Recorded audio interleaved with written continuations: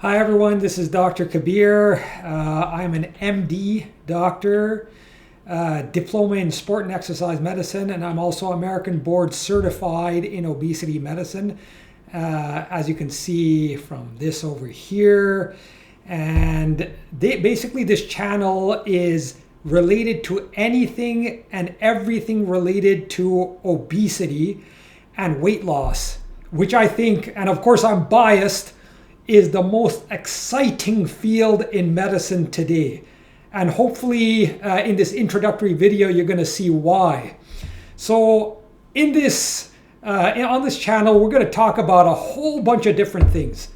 Like I said, anything related to obesity. But for example, diets. What type of diets should we use in order to lose weight? What's a keto diet? What is a Mediterranean diet? What is a zone diet? What's the optimal caloric macronutrient content in a diet when we're trying to lose weight? What's a carnivore diet, right? So that sounds like really interesting. A paleo diet, a high protein, low glycemic index diet. So all sorts of different diets. I'm going to talk about every single one of them. There'll be a video in which I devote it specifically to every single type or different type of diet. We're going to talk about what is a resting metabolic rate. Have you ever heard about anything like that? Or a basal metabolic rate, right? What is indirect calorimetry? So this is incredible that you can actually measure someone's basal metabolic rate and their resting metabolic rate using indirect calorimetry. And I'm going to show you a machine on a separate video about that. It's really exciting. What is NEAT? Non-exercise activity thermogenesis. Have you ever heard about that? If you're talking about weight loss and how to lose weight, what's a respiratory quotient? Right? Carbon dioxide on top of oxygen. It's incredible. What's total energy expenditure? How to test and measure all of these different things. It's really incredible. I'm going to talk about, because one of my fields is of course sports and exercise medicine, right? In the context of obesity, that how do you lose weight with exercise? And can you actually lose weight using exercise? How do you maintain weight after you've lost weight? Okay, so that's a kind of a separate thing. How do you prevent yourself from gaining weight over the years as you grow older? Really fascinating stuff. How do you test? Now this is incredible. VO2 max. The VO2 max, and can you test it? And I'm going to show you how we can actually test it. It's incredible. And what is VO2 max related to, right? So depending on the results of the test, you can correlate it to potentially how long you're going to live and what your expected lifespan may be. So it's incredible, these new studies that are coming out. I'm going to talk about on this channel, what is intermittent fasting, right? So that's like an incredible subject. What is time restricted eating? What is prolonged fasting, and what are the dangers doing that, and what are the potential benefits? How do you measure something called ketosis? What are ketones? And I've got something here, like, for example, if you take a look at this is a breathalyzer. It can actually measure the amount of ketones you're actually producing when you go into ketosis. Now you might say, what is ketosis? What does that mean when it comes to weight loss? Really incredible subjects, right? There was a recent, I don't know if you have Disney Plus, but there's a thing by Chris Hemsley, who was Thor, right? So people watch all of these different movies, but he does this thing which is called Limitless, right? So he's got a series on health and metabolic health and living longer and living healthily. And on one of the episodes, the fourth episode, he goes on a 4-day fast, which is of course monitored by Dr. Peter Attia, who's well-known. He's a well-known doctor. And by the way, whatever I say here does not substitute for the advice of your own medical doctor, okay? So this is just general information, but I want to expand your mind so you see that how fascinating this subject is and what are all the different things that are available to you if you actually want to lose weight. I'm going to get into more about that. Now this is really incredible. What is a BMI? What does that mean? The body mass index. And is it reliable? And what are we trying to measure? And what's all the controversy about BMI? So one of my colleagues, Dr. Wharton, he had, and a few other colleagues of mine, Dr. Sylvie, they've got this thing on the Obesity Medical Association, which I'm a member of, in which they talk about BMI and how it's linked to racism and this and that. So we're going to talk about what BMI is and what it's all about. What about body fat testing? So it's going to be on one of my videos.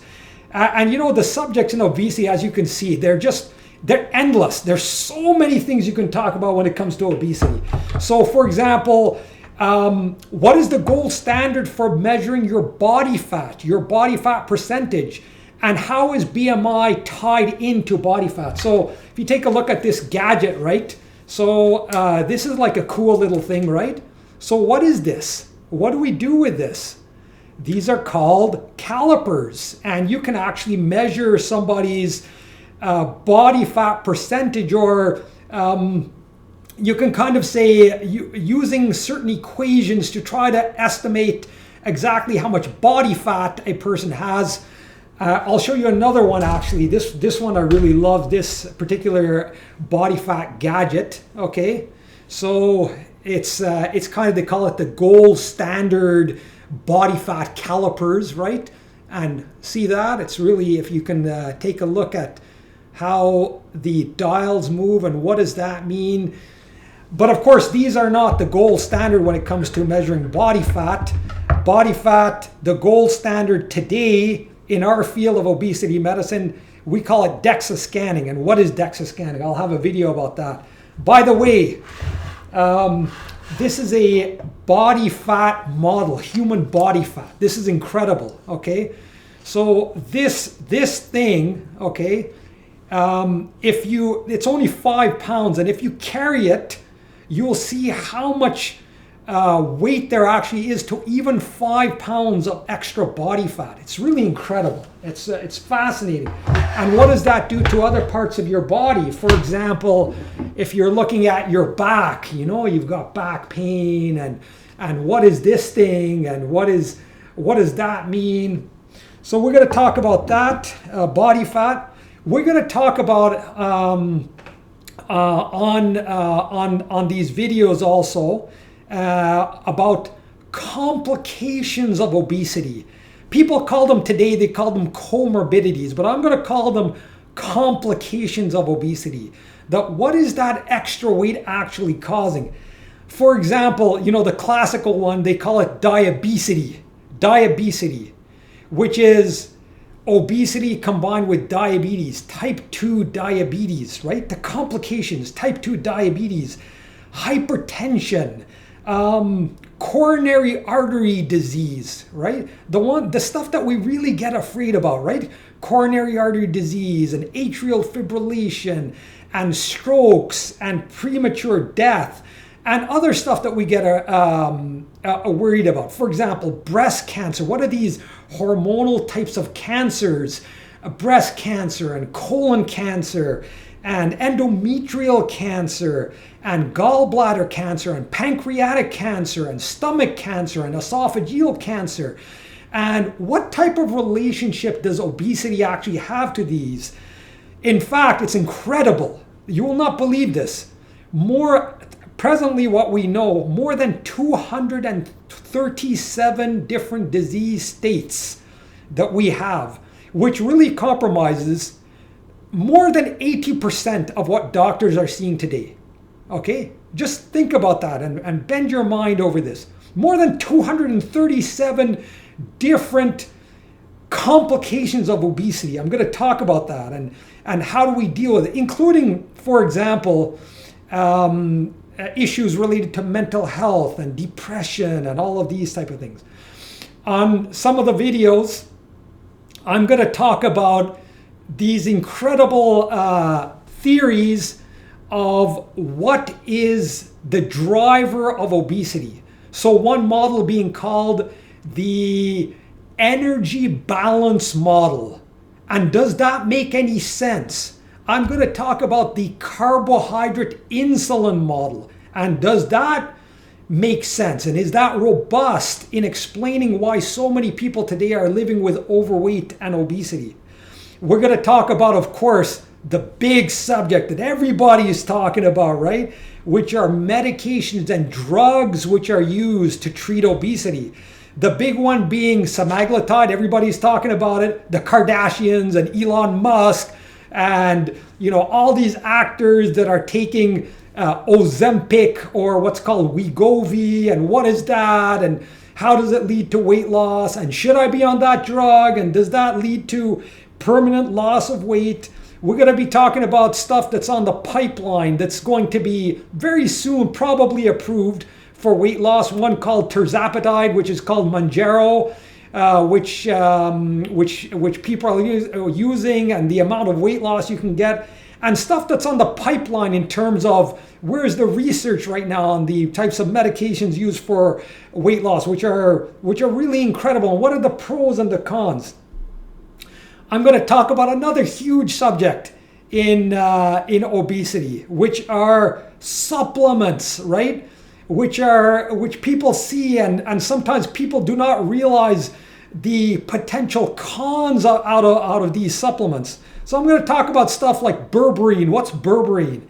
And inositol, and what's forskolin? What is that, right? What's Garcinia cambogia, right? Have you ever heard of that? What's Ervingia gabonensis? What are these supplements, right? What's mahuang? What's ephedra? Bitter orange? What's 2,4-dinitrophenol? Etc. Human growth hormone and HCG. What I'm going to talk about all of these different things, and each one will have a separate video. I'm going to talk about weight gain and genetics, and what does genetics have to do with weight gain? So this is really incredible, right? This is another field in obesity. It's so exciting. As you can see, I truly believe this is the most exciting field in medicine, okay? So things like monogenetic causes of obesity.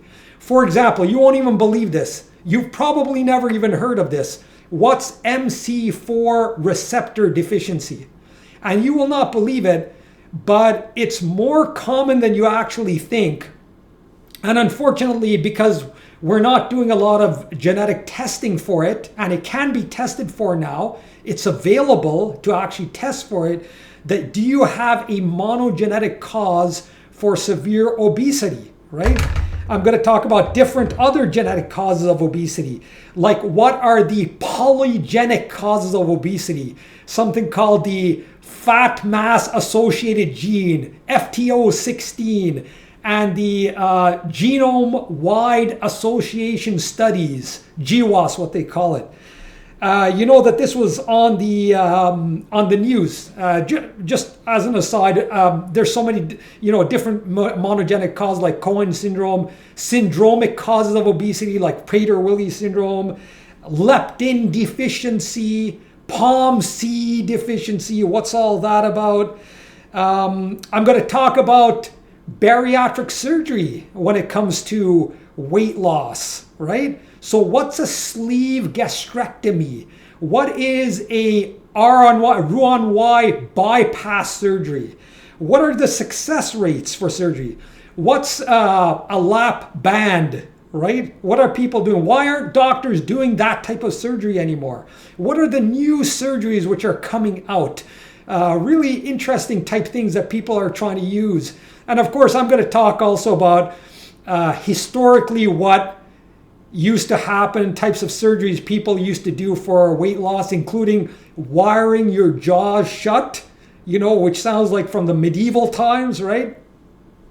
I'm going to talk about BPD, duodenal switch, all sorts of different subjects.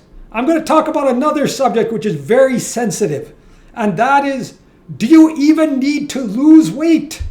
And should you live with the extra weight, if you're living with overweight and obesity, that should you just live with it because it's healthy? So I'm going to talk specifically about HAZE, right?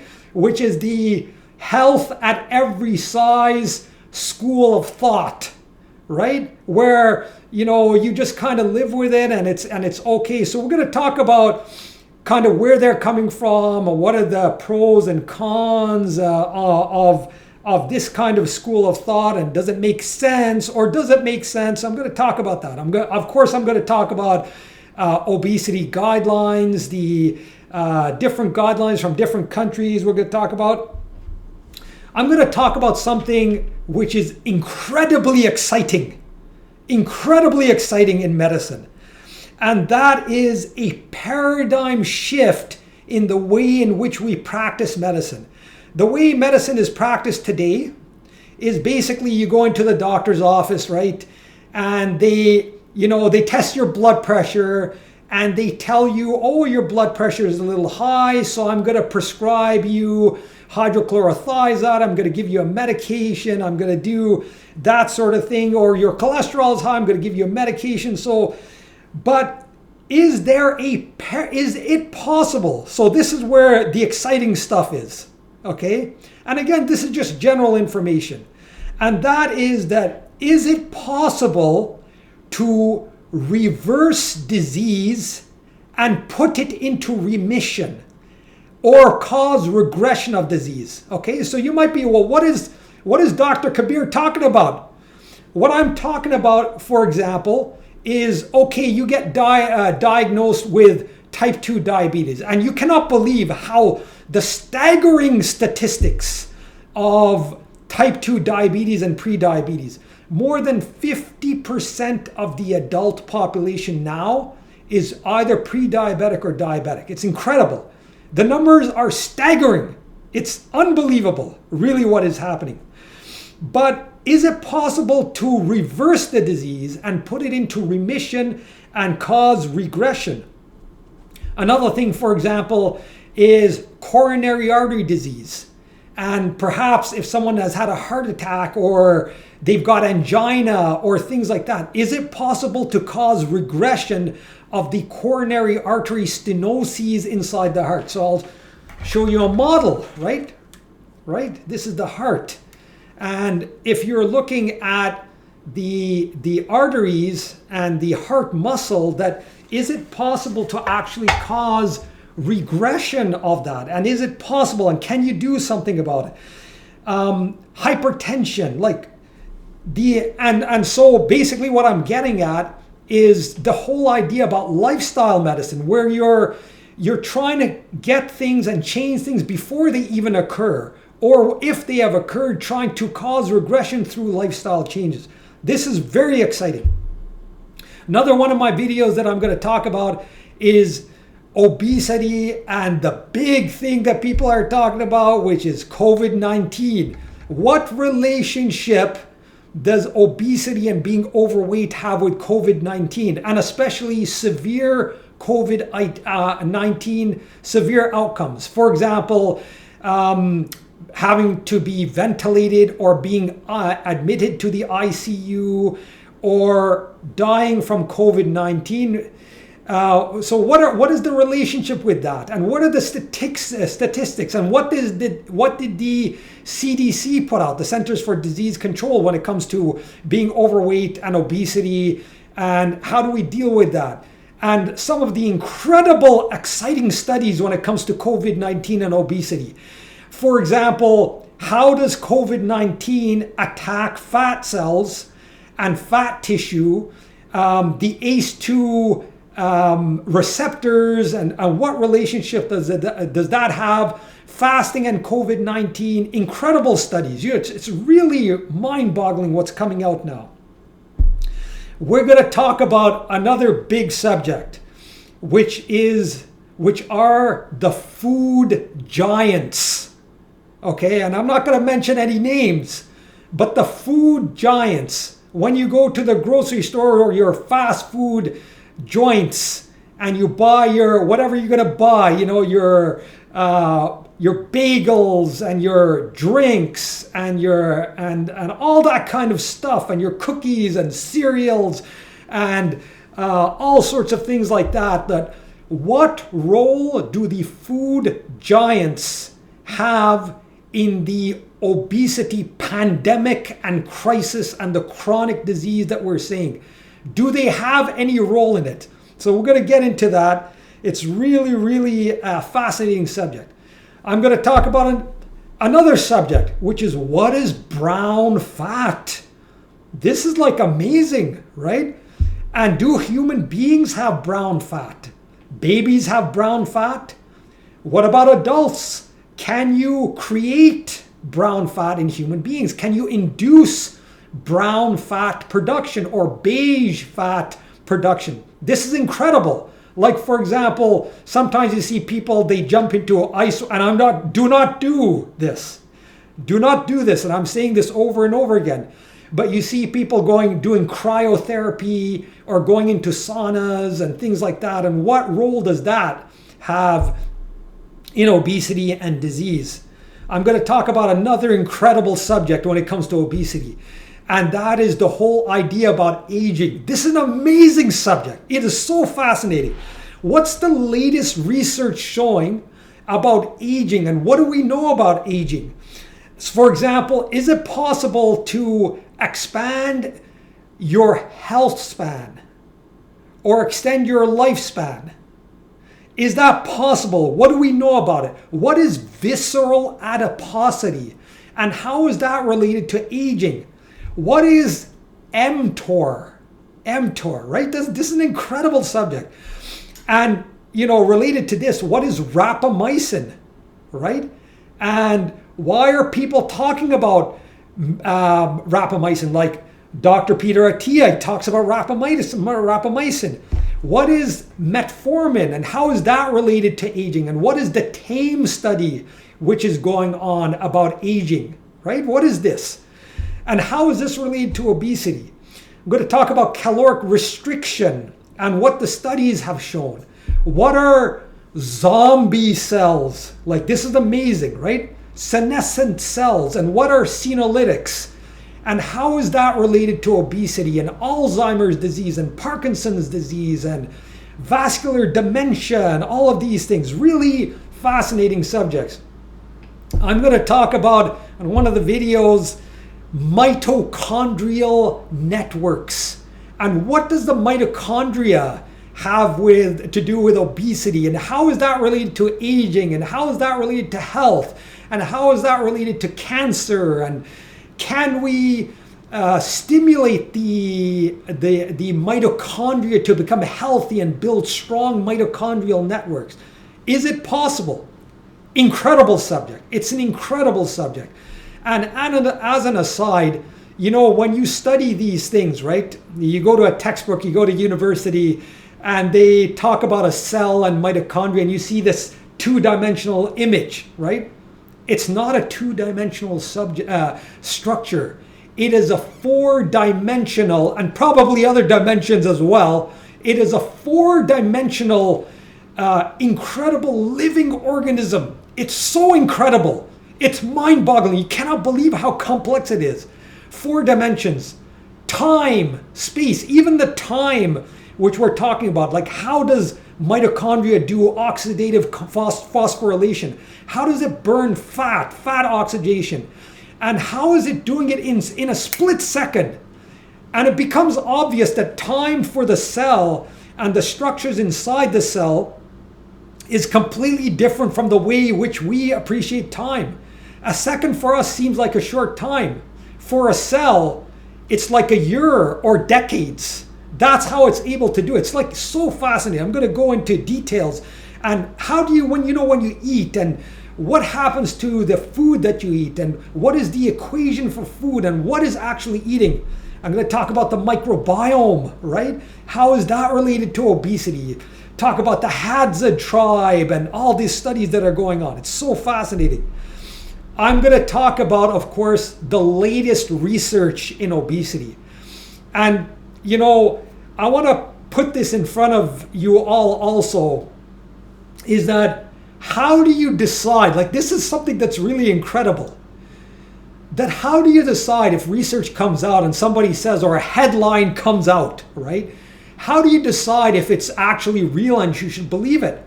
What is evidence-based medicine? What is a relative number, relative risk reduction? What is an absolute risk reduction?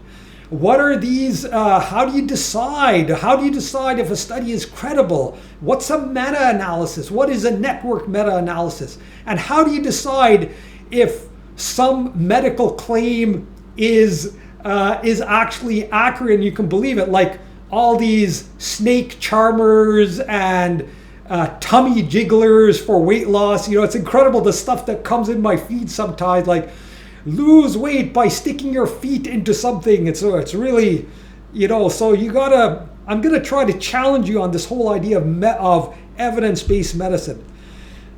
I am of course in my videos, and this is really the core of what I get to, is how do you lose weight? And how can you lose weight? Can you do it through lifestyle changes, diet, exercise, behavioral changes, a paradigm shift in the way which we think, perhaps a paradigm shift that society is thinking, or do we do it through drugs, in more strong, powerful drugs? Can we actually put obesity into remission? Is that possible, right? So I'm going to talk about this. Or should we use surgery? Should we have better and better surgical treatments for obesity? Like, how do we do it? How do we treat it, right? The next, I'm going to talk about in my videos, what does weight loss actually mean? And why should you lose weight? And why would you want to lose weight? So I'm going to challenge you right here. So I'll give you just kind of, I guess this is a bit of a sneak peek, but I'm going to give you 6 points on what weight loss actually means. And if any one of these 6 points are not there, then you've got to question what you're actually doing and why you're doing it. So number 1 is, of course, when you're talking about weight loss, you actually want to lose weight, right? But that's not the only thing, because you've got to think about other components which are involved. While you have this weight loss, you want to have an optimal body composition, right? So for example, let's say a person weighs 300 pounds, is living with obesity and weighs 300 pounds, or it's not uncommon, like 400 pounds plus. You see the TV show, right? My 600 pound life, right? So let's say you lose a couple of 100 pounds. Well, does it make sense if all the weight that you lose, maybe you'll lose some fat, but what if you lose a lot of muscle and bone tissue and organ tissue and organ fat? Is that healthy, right? So you're losing weight, but you don't want to just lose weight. You want to maintain an optimal body composition. The other aspect of weight loss is maintaining your lean body mass, right? So this is really incredible. What you may not be aware of is that if you lose weight, but you also lose your lean body mass, and you lose a lot of it, well, lean body mass is also correlated to lifespan. So this is one of the issues, right? When you're losing weight, like how can you maintain that lean body mass? Another aspect of weight loss is maintaining your energy expenditure, your total energy expenditure, which I touched on a bit earlier on in the video. That how do you maintain that energy expenditure, right? And how do we do it? And the next issue when you're losing weight, the 5th one, is you lose the weight, but does it make any sense if you lose weight, but then the weight comes rushing back on, right? And you know, I've got a graph here. I'll show it in one of the future videos. But what is human weight loss, and why do people tend to lose weight and then regain the weight? And can you lose weight and maintain the weight loss? So I'm going to talk about that and how to optimize that, your chance. And of course, the 6th factor in weight loss is having the weight loss, having an optimal body composition, number 2. Number 3, maintaining your lean body mass. Number 4, maintaining your total energy expenditure at an optimal level.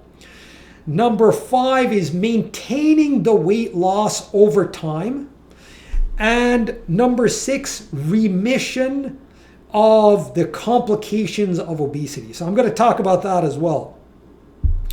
One of the videos that I'm going to talk about is going to be about the human body set point. And what is this? And what is this thermostat? And where is it? And in the hypothalamus. And what is the arcuate nucleus in the hypothalamus? And how is that related to weight loss and weight gain? It's so fascinating. And can you bring the human set point for weight? Can you actually bring it down over time? And so we're going to talk about the evidence for and against that to try to really cure, you know, what people say, like, oh, are you really going to put someone in remission and cure them of their obesity by actually bringing that set point down?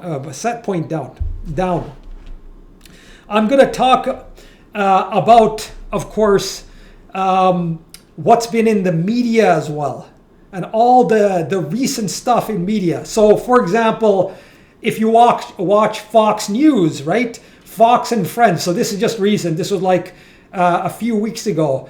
They had a segment on obesity. They actually tend to talk about obesity a lot and the obesity crisis, especially in the United States, right? So they were talking about this, the new guidelines put out by the American Academy of Pediatricians, where they had a section on obesity and obesity management.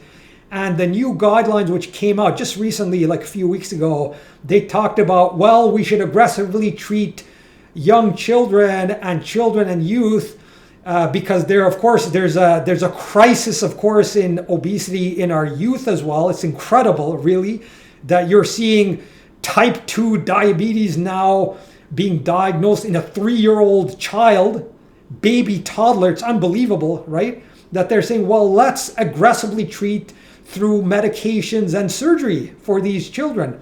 So we'll talk about the STEP teen study, which came out about that.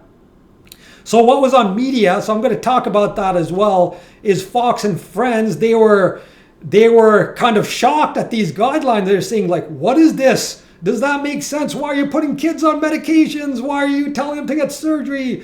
Tell their parents to control their diets and stuff like that. So we're going to talk about all the most recent stuff. And please put it down in comments if there's stuff that you want me to talk about as well when it comes to recent stuff in the media, or anything you want me to talk, anything related to obesity, because I'm passionate about this study. It's an incredible study, it's so fascinating. There was another thing in when it comes to media, for example, it was on 60 Minutes. Again, it was like a week or two ago, actually at the beginning of the year, where on 60 Minutes they had a couple of people who are in my field, Dr. Apovian and Dr. Fatima Cody. They were talking about obesity and the obesity crisis and about semaglutide and Wegovy and treating kids. And the reporter asked her, like, oh, well, are you saying that, and I'm paraphrasing, that if you put someone on a diet, won't they lose weight? And Dr. Fatima Cody, who I respect very much, she says, well, 80% of your obesity is genetic. And if you see a child who is overweight or obese, it's because of genetics. It's their parents basically giving you the impression that, okay, well, diet doesn't really matter and it's not really a part of the equation because it's a genetic thing. So we're going to talk about that and analyze that and see if it makes any sense, because there was a lot of backlash, to all this type of stuff. So I'm going to talk about that.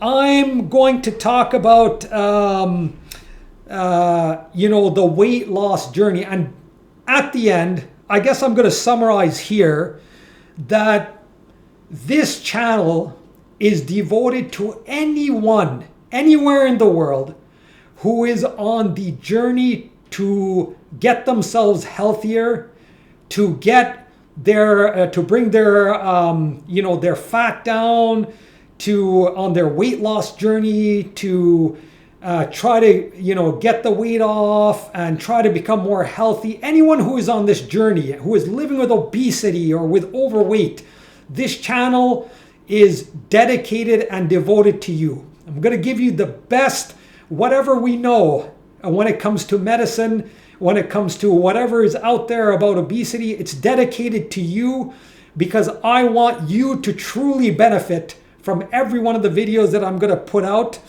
And again, give your comments on anything. I'm very interested to know what people have to say about various aspects and about the stuff that I kind of touched on. As you can see, the field of obesity is huge. It's massive. There are so many aspects because it really touches on, almost, many aspects of medicine. For example, I'll give you an example. For example, diabetic foot ulcers, or retinopathy, or nephropathy, or strokes, so you name it, or, skin changes that occur in when it comes to obesity. I'm going to leave this video with a question, okay? A question, and I'm going to tell you about my next video, which I'm going to put out. So the question that I have, and this may shock you, that what is the most prevalent chronic disease which exists? Think about that. What is the most prevalent chronic disease today? Ask yourself that question. You might think that, it must be, maybe it's heart disease, maybe it's X, Y, and Z. Think about what the answer is. And if you can guess what it is, then put your comments below. But I'm going to give you a little bit of a challenge, or a little bit of a thing to think about. And it ties into my first video that I'm going to talk about. My first video that I'm going to talk about after this introductory one is going to be obesity. Is it a lifestyle choice? Meaning sloth and gluttony. The people who have overweight or obese are living with that. It's because they have the two deadly major sins, okay? That they just eat too much, they eat too much, gluttony, or they don't exercise, so it's sloth. So is it a lifestyle choice? Or is it a disease process? Okay, or is it a disease process? So check out my next video on that, and I look forward to you subscribing and being a part of this incredible, fascinating journey in obesity and obesity medicine and everything related to it.